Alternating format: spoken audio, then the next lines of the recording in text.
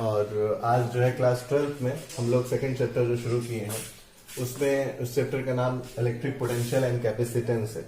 हम आपको 2 लेक्चर पढ़ा भी चुके हैं जिसमें हमने आपको बताया है कि electric potential due to point charge, आपको फार्मूला याद भी होगा, मैं थोड़ा यहाँ लिख के बताता चलता हूँ कि r दूरी पर अगर किसी चार्ज की वजह से आपको इलेक्ट्रिक पोटेंशियल निकालना है तो Q/R उसकी फार्मूला होता है। और इसका जो यूनिट होगा वो वोल्ट भी आप लिख सकते हैं और एक क्या लिख सकते हैं, जूल पर कूलम। ये कहां से आता है, जूल पर कूलम, क्योंकि इसकी जो मेन डेफिनेशन है वो है W/Q0। ठीक है, तो यहां से आ जाता है जूल पर कूलम। तो इलेक्ट्रिक पोटेंशियल जो है वो रियल जो डिफाइंड है, ये थोड़ा अच्छे से लिखने दो, वो रियल से जो डिफाइंड है वो है W/Q0। लेकिन आपको बताया होगा मैंने कि कई तरह के सिस्टम ऑफ चार्जेस होते हैं, point charge, discrete charge, continuous charge. तो जो पॉइंट चार्ज सिस्टम है उसमें आपका जो इलेक्ट्रिक पोटेंशियल का जो फार्मूला है 1/4πε0Q/R है। ये तो पॉइंट चार्ज की वजह से हुआ। और अगर डिस्क्रीट चार्ज की बात की जाए तो मैं बार बार कह रहा हूं आपसे, डिस्क्रीट चार्ज के लिए आपको क्या करना पड़ेगा, सिंपल ऑर्डिनरी अलजेब्रा लगा के जोड़ना पड़ेगा। जैसा कि पिछले लेक्चर में उन्होंने बताया था, जैसे मान लीजिए 4 है, यहाँ है, यहाँ है, यहाँ है 4 जो आपको, और नेट पे यहाँ पे सेंटर पे निकालना है, तो सबकी वजह से निकाल के बारी बारी प्लस माइनस देख के आपको जोड़ना रहेगा। ठीक है, तो वो आपका हो गया डिस्क्रीट का। कॉन्टिन्यूअस चार्ज के सिस्टम के लिए आपको निकालना पड़े तो इंटीग्रेशन करना पड़ेगा। वैसे वो ज्यादा नहीं है आपके यहाँ सिलेबस में, एक ही 2 है और उसके निकालने के और भी तरीके होते हैं। लेकिन फिलहाल मेरा इस चैप्टर में जो टॉपिक है उसका नाम है electric potential due to a uniformly charged spherical shell. आपके पास एक स्फेरिकल सेल है, सेल मतलब समझ रहे हैं, अंदर से खाली है, खोखला, ठीक है, जिसकी रेडियस है कैपिटल R, और आपको इस स्फेरिकल सेल की वजह से इलेक्ट्रिक पोटेंशियल निकालना है। तो देखिए, इसकी पोटेंशियल निकालने के 3 पॉइंट हो सकते हैं, जैसा कि इलेक्ट्रिक फील्ड में है। जैसा कि आपने देखा, मैं बार बार कह रहा हूं कि वहां से ये काफी मैच करता है। तो जैसे कि आप वहां 3 तरीके से निकाले हैं, इसका भी 3। क्या क्या 3 केस हो सकते हैं, वेरी सिंपल, आप खुद भी सोच सकते हैं, बता सकते हैं क्या हो सकते हैं। एक केस हो सकता है आपका आउटसाइड, जिसपे मैंने पॉइंट P1 लिया है, और एक केस हो सकता है आपका सरफेस पे, जिसे हमने P2 कहा है, और एक केस हो सकता है इस स्फेरिकल के अंदर कहीं पर भी, जिसे हमने क्या कहा है, P3 नाम दिया है। तो अगर हम केस फर्स्ट की बात करें कि व्हेन R आपका जो दूरी है चार्ज से वो कितनी है आपकी, R है। अच्छा, एक बात आप बता दें, इस पे जो चार्ज दिया गया है यूनिफॉर्मली दिया गया है ऐसे, और जो भी चार्ज है प्लस ही ले लो, चाहे प्लस ही ले लो, चाहे माइनस ले लो, वो टोटल चार्ज Q है। कितना है, Q है।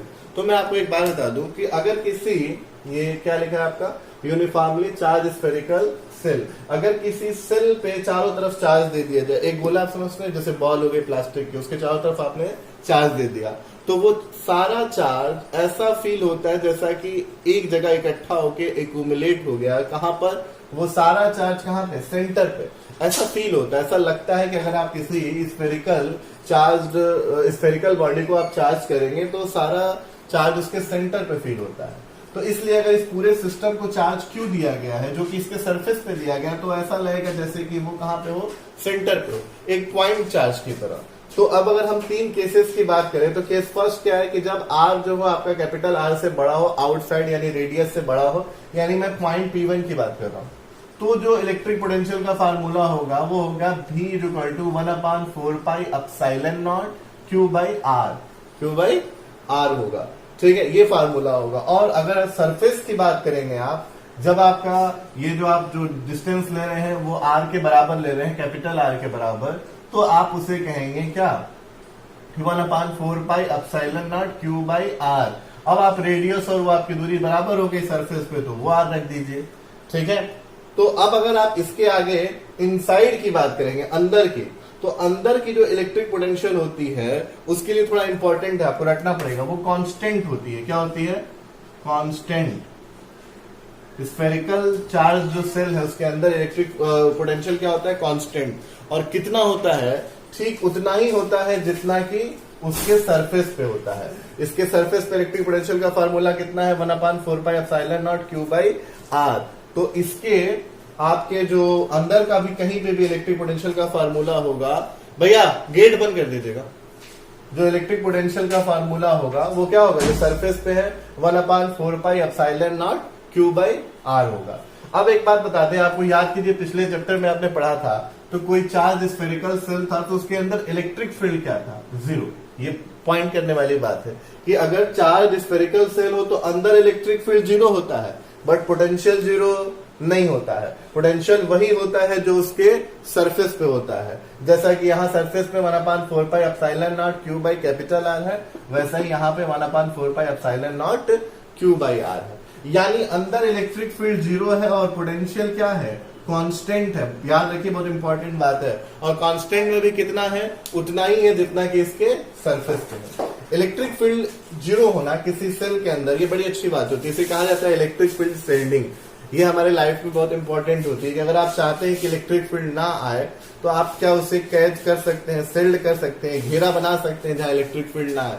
हाँ बिल्कुल, अगर आप एक खोखला स्फेरिकल सेल ले लें तो उसके अंदर इलेक्ट्रिक फील्ड नहीं आएगा। एक क्वेश्चन बड़ा इंटरेस्टिंग और मजेदार होता है, इसे पूछा जाता है जनरली बातों बातों में कि थंडरिंग के समय जब बिजली चमकती है, अगर एक आदमी कार लेके जा रहा है तो अगर बिजली ज्यादा तेज चमक रही है तो उसके लिए क्या बेहतर है, वो कार से उतर जाए या कार में रहे। तो उसका जवाब दिया जाता है कि वो कार के अंदर ज्यादा सेफ है। क्यों? वो जवाब यहीं से दिया जाता है क्योंकि उसका कार एक तरह से खोखला है और वो पूरी तरह से स्टेल्ड है, यानी पूरी तरह से पैक है। एक हालो तो नहीं है सेप उसका, अरे स्फेरिकल तो सेप नहीं है बट खोखला है अंदर से। तो अंदर अगर पूरी तरह से खोखला और चारों तरफ से कोई बॉडी, स्टील बॉडी जो भी है, तो उसके अंदर इलेक्ट्रिक फील्ड क्या होगा, जीरो होगा। तो अगर बिजली गिरेगी भी तो उसके कार के सरफेस होते हुए ग्राउंड में चली जाएगी और वो अंदर क्या रहेगा, सेफ रहेगा। जबकि अगर बाहर है और उसके ऊपर गिरेगी तो वो सेफ नहीं रहेगा। तो थंडरिंग के समय कार के अंदर रहना ज्यादा बेहतर है बनस्पत कार के बाहर। ये एक छोटा सा एक बात था। तो ये अब हमारा जो है सेकेंड टॉपिक जिसका जो हमें पढ़ना है वो है relation between electric field and potential. यानी इलेक्ट्रिक फील्ड ई और पोटेंशियल के बीच आपको क्या बनाना है, रिलेशन निकालना है। देखिए मैं आपको एक बात बता दूं, अगर मैं आपसे कहूं कि पोटेंशियल क्या होता है, पोटेंशियल डिफरेंस, तो आपको याद होगा कि हमने बताया था कि पोटेंशियल W बाई क्यू होता है। ठीक है, यानी अगर किसी चार्ज के फील्ड के अंदर ही उसको एक पॉइंट से दूसरे पॉइंट तक ले जाया जाए तो उससे जो पोटेंशियल डिफरेंस होता है उसे हम W बाई क्यू से निकालते हैं। ठीक है, वही फार्मूला यूज करके हम यहाँ E और V के बीच क्या करेंगे, रिलेशन निकालने वाले हैं। कैसे निकलेगा रिलेशन, मैं आपको पहले उसका तरीका बता दूं कि मैंने क्या क्या एज्यूम किया है। ये है Q, ठीक है, हमने इससे दूरी पे यहाँ पे A पॉइंट पे V पोटेंशियल माना है। थोड़ी सी दूरी dr ली है, वहां पे पोटेंशियल हमने क्या माना है, आपको V प्लस डेल V माना है। ठीक है, V प्लस डेल V। अच्छा आप एक बात सोचिए कि हमने B पे ज्यादा माना है और A पे क्या माना है, कम माना है। तो आपको ये बात पता होनी चाहिए कि अगर आप चार्ज से दूर जाएंगे तो जो पोटेंशियल की वैल्यू होगी वो क्या होगी, घटती जाएगी due to point charge. Formula आपको मैं यहां लिख के दिखा देता हूं, 1/4 pi epsilon naught q by r. तो अगर जैसे जैसे आर बढ़ेगा पोटेंशियल क्या होगा, घटेगा। अगर आर के बढ़ने से पोटेंशियल घट रहा है तो यहाँ बी पॉइंट पे पोटेंशियल में क्या लिखना पड़ेगा, हायर, और ए पॉइंट पे पोटेंशियल क्या लिखना पड़ेगा, लोअर। तो हमने यहाँ बी माना, यहाँ बी प्लस डेल बी, थोड़ा सा बढ़ा क्योंकि हमने दूरी भी क्या मानी है, बहुत थोड़ी सी मानी है। अब अगर मैं बोलूं यहाँ पर इधर इलेक्ट्रिक फील्ड का डायरेक्शन, तो बार बार मैं कहता हूं इलेक्ट्रिक फील्ड का डायरेक्शन कैसे निकलता है। आप ये एज्यूम कीजिए कि यहाँ पे टेस्ट चार्ज है, क्या है, टेस्ट चार्ज, और वो जिधर भागेगा उधर ही इलेक्ट्रिक फील्ड का डायरेक्शन होगा। तो ये पॉजिटिव चार्ज हमने माना, ये टेस्ट चार्ज हमेशा पॉजिटिव होता है, तो ये इसको किधर रिपेल करेगा, हमारे राइट हैंड साइड। तो अगर राइट हैंड साइड जा रहा है तो आपका इलेक्ट्रिक फील्ड का डायरेक्शन किधर होगा, राइट हैंड की तरफ। क्या ठीक है। अब हमें जो निकालना है वो डायरेक्शन, हमें जो निकालना है रिलेशन, उसके लिए हम क्या ट्रिक इस्तेमाल करेंगे आपको बता दें। हम 2 बार वर्क डन निकालेंगे। वर्क डन कितनी बार निकालेंगे, 2 बार। एक वर्क डन तो अपना बेसिक फार्मूला लगाएंगे और दूसरे वर्क डन का जो फार्मूला लगाएंगे वो ये रहा। देखिए हमने आपको इसीलिए यहाँ साइड पे लिख दिया था कि वर्क डन का आपका अब एक और फार्मूला हो गया। वर्क डन का फार्मूला हो गया, यहां से देखिए कि W is equal to Q into del V. यानी अगर आपको वर्क डन निकालना है तो एक फार्मूला तो आप जानते हैं, इलेक्ट्रोस्टैटिक्स में वर्क डन का एक और फार्मूला निकल गया, क्यू इंटू डेल वी। ठीक है, बात समझ में आ रही है आपको। तो दोनों तरीका अप्लाई करेंगे, दोनों को बराबर कर देंगे क्योंकि हम एक ही वैल्यू निकालने हैं। तो हम तो उसी से हमारा क्या आ जाएगा, रिलेशन आ जाएगा। आप देखिए यहां पर आप क्या कीजिए, सबसे पहले आप एक वर्क डन निकालिए बेसिक तरीके से। कहां से कहां तक हम निकाल रहे हैं ये भी देख लीजिए। वर्क डन कहां से कहां तक, फ्रॉम ए टू बी। ए से बी लाने का आपको वर्क डन, किसको लाने का, टेस्ट चार्ज मान लीजिए क्यू नॉट, उसको आप लेके आ रहे हैं ए से बी तक वर्क डन। तो वर्क डन का जो आप फार्मूला जानते हैं अपना छोटा सा ही वर्क डन होगा, ठीक है, क्योंकि छोटी दूरी ले जा रहे हैं। वो फार्मूला क्या है बताइए, वो फार्मूला आपका वर्क डन का है एफ इंटू या F D R, F dot D are. अब एफ डॉट डी आर में आप देखिए कि आपका एफ है राइट हैंड साइड और डी आर है आपका left hand side. D R आप किधर लेके आ रहे हैं, आपका डायरेक्शन किधर है डी आर का, इधर की ओर ना, आप इधर डी आर को ला रहे हैं, तो दोनों के बीच का जो एंगल होगा वो कितना होगा 180।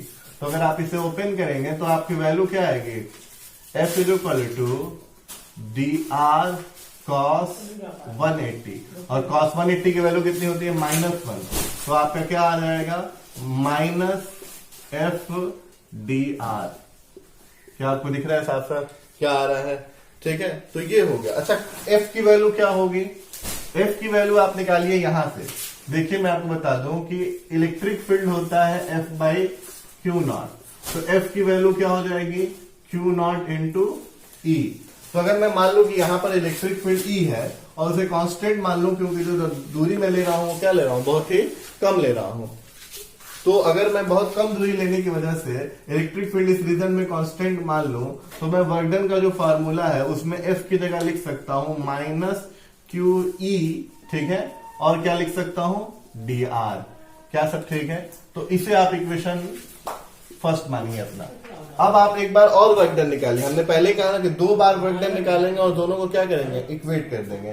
तो एक बार वर्क डन आप निकाल चुके, एक बार अगेन, लेकिन अब की बार फार्मूला ये एफ डॉट डी आर वाला नहीं, अब की बार W equal to Q into del V. तो अगर आप यहां से नया वर्क डन आप फिर निकालने की कोशिश करें और उसे लिखे क्यू, आप यहां पे डेल वी की जगह क्या पाएंगे, डेल वी की जगह पाएंगे आप वीबी माइनस वी ए, ठीक है।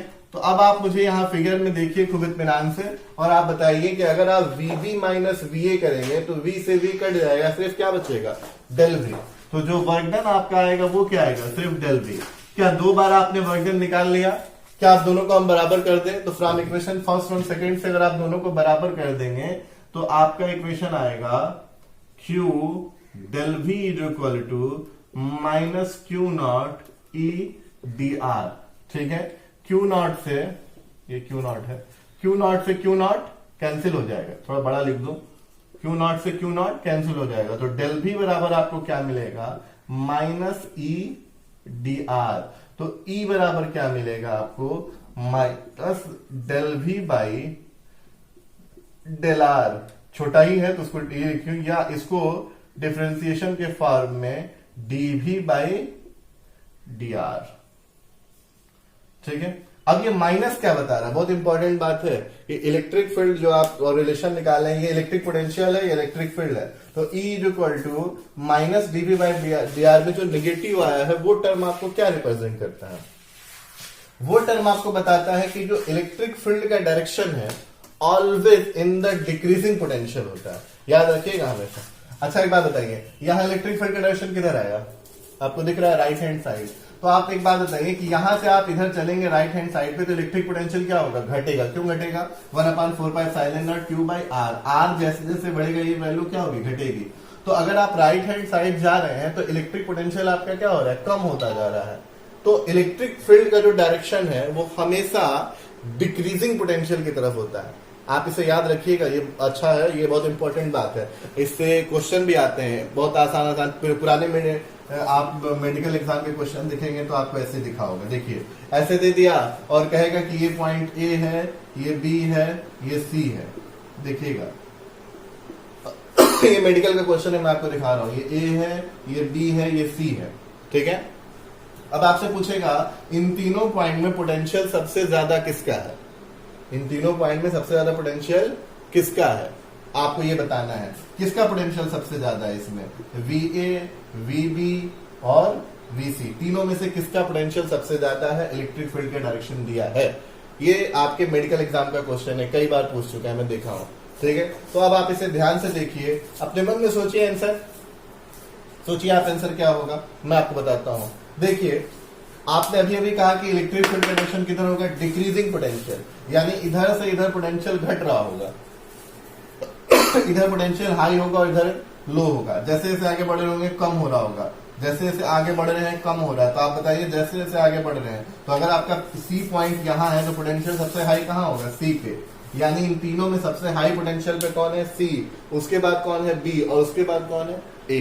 तो ये एक इंपॉर्टेंट बात है, इसलिए मैं कह रहा हूं कि जो इलेक्ट्रिक फील्ड है वो जो आता है रिलेशन E = -dV/dr, वो ये बताता है नेगेटिव की जो आपका इलेक्ट्रिक फील्ड का जो डायरेक्शन है वो ऑलवेज डिक्रीजिंग पोटेंशियल की तरफ होगा। एक और बात आपको यहाँ पे आगे बता दूं मैं कि अगर आप यहाँ से dV = लिखना चाहें तो आप क्या लिख सकते हैं, -E/dr, या dr लिखो चाहे dr लिखो, छोटा छोटा है तो ठीक है, dV = अब आप इसे इंटीग्रेट कर दो, क्या करो, इंटीग्रेट। तो जब इंटीग्रेट करोगे तो ये तो v हो जाएगा और एक इंटीग्रेशन साइन के साथ E/dr, क्या हो जाएगा, E/dr, और इसमें भी डॉट का साइन लगा दो, तो ये रिलेशन भी होता है। कि अगर आपको इलेक्ट्रिक फील्ड पता है और dr पता है तो आप दोनों को डॉट प्रोडक्ट करा के इंटीग्रेट करके v निकाल लो, और अगर आपको v पता है और r पता है तो डिफरेंशिएट करके आप क्या कर लो, इलेक्ट्रिक फील्ड निकाल दो। तो ये एक छोटी सी टॉपिक थी जो है relation between electric field and potential. अब अगला टॉपिक हमारा एक थ्योरेटिकल टॉपिक है जिसे हम कहते हैं इक्विपोटेंशियल सरफेस, उसे नेक्स्ट लेक्चर में आपको अपलोड किया जाएगा। Thank you, good bye.